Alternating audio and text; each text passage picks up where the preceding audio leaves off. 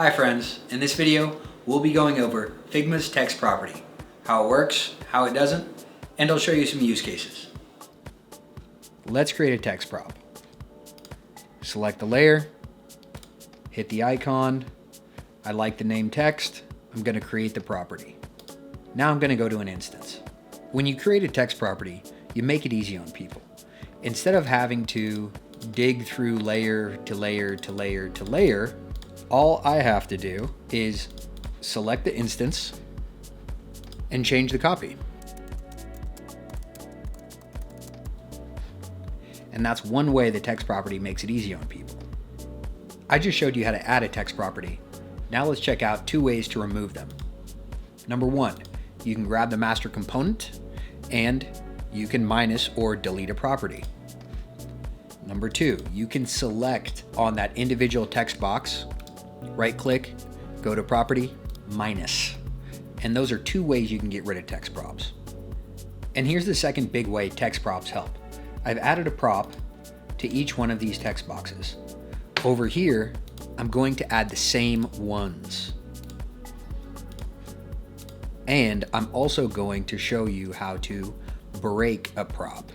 You just detach it, and if you made a mistake, you can Command Z, or you can add that property again. So once that is all done, the text is linked.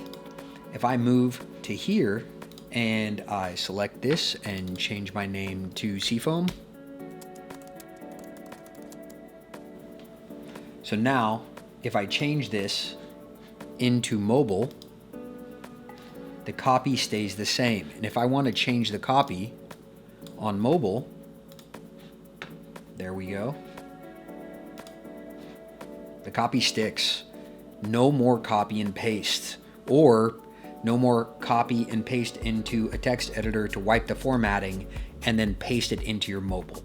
I do understand that we can't completely eliminate copying and pasting, but text properties can still help there.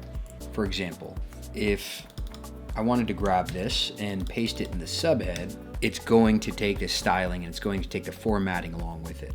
To get rid of that issue, just use your component props. Grab the instance, use the text property field,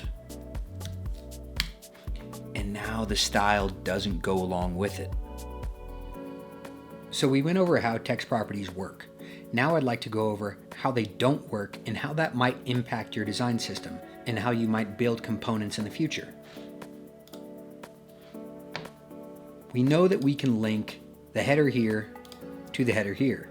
However, if we have a nested instance, whether this has props or whether it doesn't have props, you cannot override or add a text property to an instance. If I try to and select this text box, you're not going to see the text property icon right here because you cannot add a text property.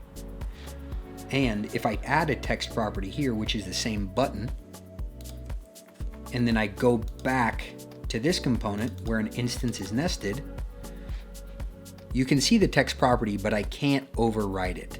So if you're making components for your design system and you want the text to be linked, or you want certain things to be linked, you have to be aware that it can't be a nested instance.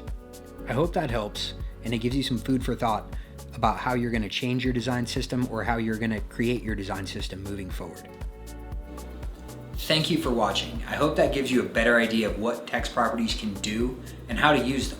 If you enjoyed the content or feel like it helped you out, please hit that like button, share the video. Please leave a comment if you have any questions or suggestions about component properties. To be notified of my content as it comes out, please subscribe, hit that bell icon. Have a good one.